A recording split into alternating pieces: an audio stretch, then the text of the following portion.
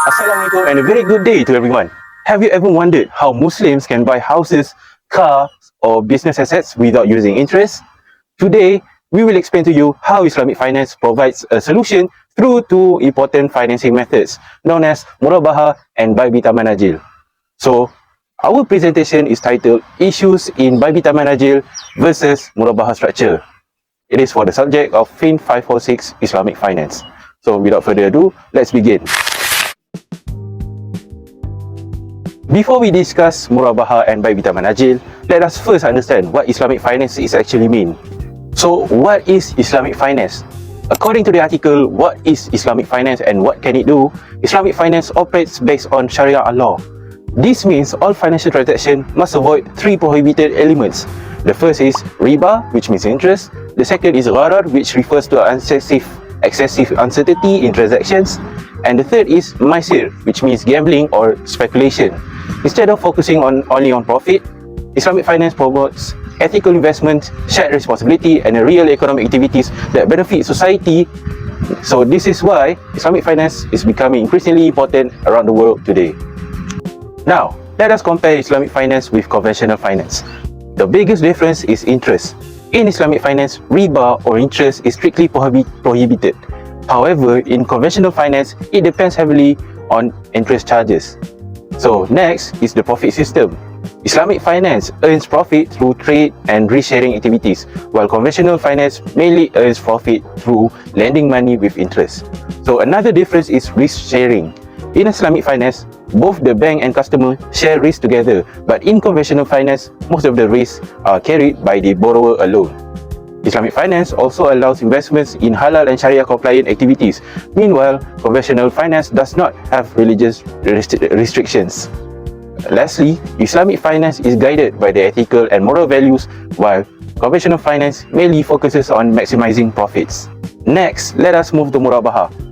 Murabahah is one of the most common financing methods used in Islamic finance.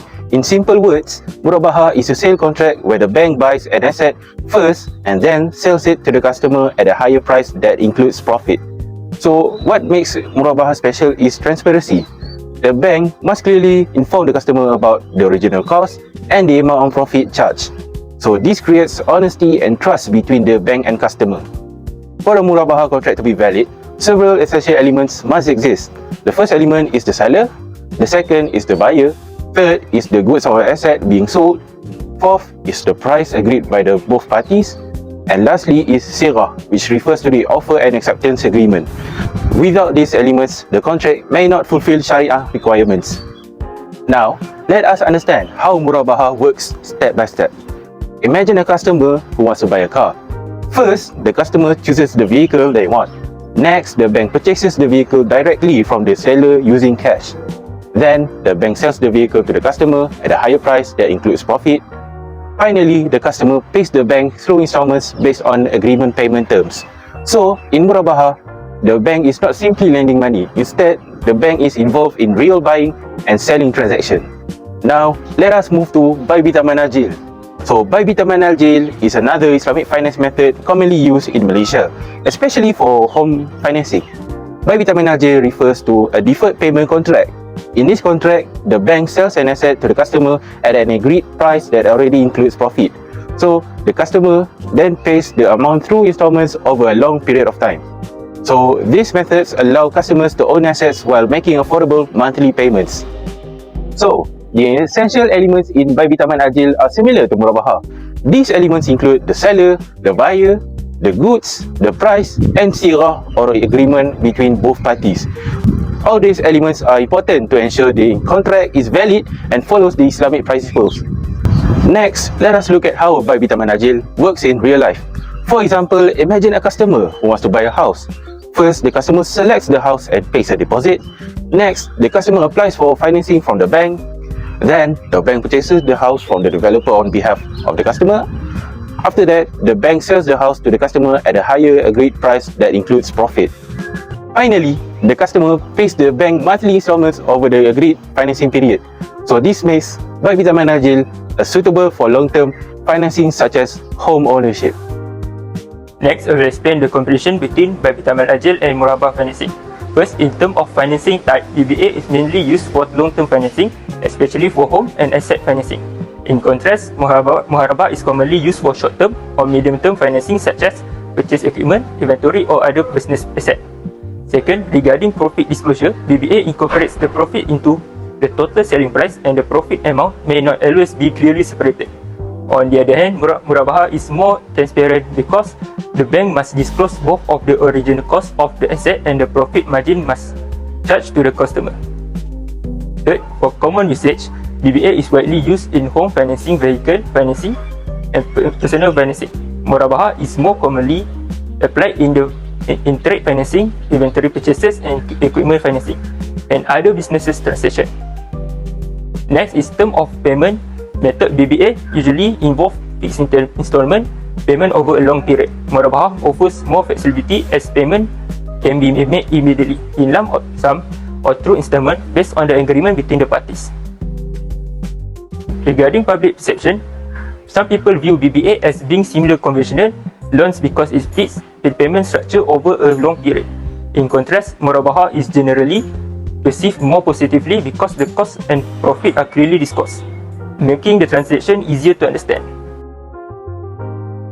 For Sharia debate, BBA has attracted some criticism from scholars who argue that its structure will resemble conventional interest-based financing. Murabahah, however, is more widely accepted because it follows the cost plus sale principle and clearly identifies the profit earned by the bank.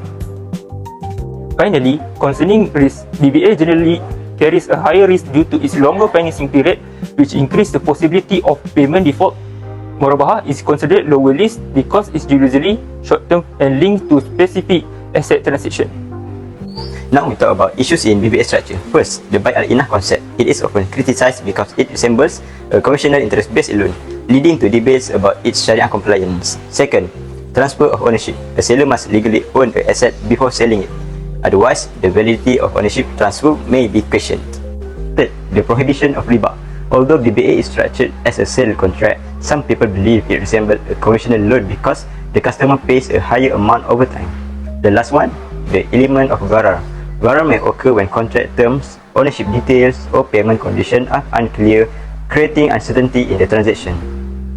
So today, I will explain 5 major issues in the Murabahah structure. First, ownership and possession issue.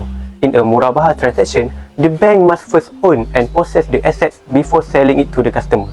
If the bank does not genuinely take ownership, the transaction may not fully comply with Sharia requirements. Second, similarity to conventional loans.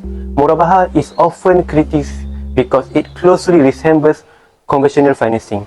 This is because the profit margin is fixed in advance and customers repay the amount through installment, making it appear to an interest-based loan. Third, lack of profits and loss sharing. Unlike contracts such as musyarakah and mudarabah, Murabahah does not involve sharing profits and loss between the bank and the customer. Instead, it is a debt-based financing arrangement, which some scholars believe do not fully reflect the spirit of Islamic finance.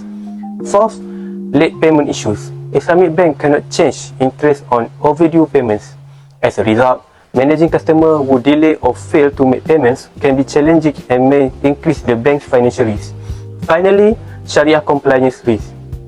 Any failure to follow the proper procedures such as asset ownership, cost disclosure or contract execution may affect the validity of the Murabahah contract and lead to Sharia non-compliance. Now, let's take a look at the first case between Zulkifli and Afin Bank. In this case, the customer obtained home financing through a BBA contract for 25 years. However, before the financing period ended, the customer failed to continue making payments.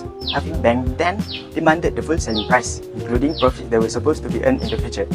The court questioned whether it was fair for the bank to claim profits that had not yet been earned. As a result, the court held that claiming unearned profit was inconsistent with the principle of Sharia in finance.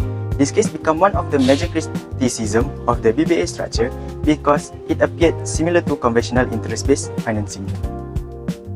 Let's move on to the second case between Shamil Bank and Basimco. Shamil Bank provided Murabahah financing to Basimco for business purposes. When Basimco failed to make the required payments, the bank brought the case to the English court. Basimco argued that the contract should be judged according to Sharia principle because the agreement mentioned Sharia. However, the court ruled that English law would govern the contract since it was clearly stated in the agreement.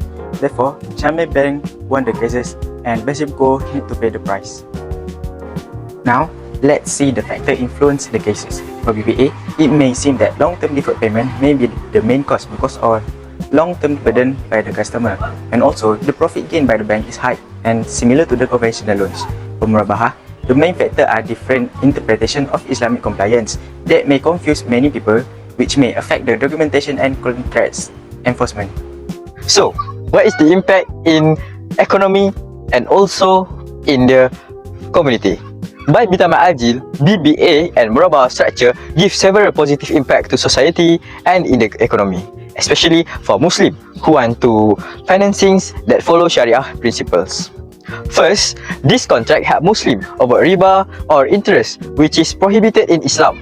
Instead of lending monies with interest, the bank use a sale-based contract with agreed profits. Second, this structure support halal financing because the transaction is based on real assets and transparent agreements. This also encourage more ethical banking practice compared to the conventional system. In addition, Islamic financing contributes to strengthening the Islamic economy by increasing Sharia compliance financial activity and providing more Islamic banking options to the public. However, there are also some negative impact and challenge. Many people are still confused about the difference between BBA and Murabahah because both involve deferred payments and profit-based sales.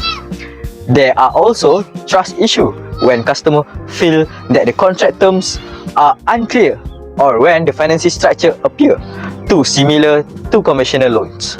Because of this, some critics argue that certain Islamic banking products do not fully reflect the true spirit of Islamic finance. Therefore, it is important for Islamic financial institutions to maintain transparency, fairness and genuine Sharia compliance to ensure public confidence and the long-term growth of the Islamic banking industry. Next, I will discuss some solutions and recommendations. First, strengthening Sharia compliance by ensuring all transactions follow Sharia principles and are regularly monitored by the Bank Sharia Committee. Second, enhancing customer awareness through financial education programs and clear explanation of BBA and Murabahah contracts. Third, improving transparency by clearly disclosing the selling price, profit margin and payment schedule so customers fully understand the contract before signing. Number 4, recommendation is to use fair pricing mechanisms. Islamic banks should ensure that profit rates are reasonable and aligned with current market conditions. This helps customers obtain financing at fair cost. In addition, banks should avoid charging excessive profit margin that may create a financial burden for customers and affect affordability. The fifth recommendation is to adopt digital innovation. Islamic financial institutions can utilize digital platforms to improve accessibility and operational efficiency. For example, customers can apply for financing, monitor payments, and access information online. Banks can also provide digital tools that help customers better understand financing costs, payment schedule, and contract details, thereby improving transparency and customer experience. In conclusions, Murabahah and BBA provide Muslims with Sharia-compliant financial solutions that promote ethical and transparent transactions. Although these financing methods may appear similar to conventional loans due to fixed installment payments, they are based on real economic activity and Islamic principles. Therefore, continuous improvement and transparency are important to strengthen public trust and ensure effective Sharia compliance in Islamic banking.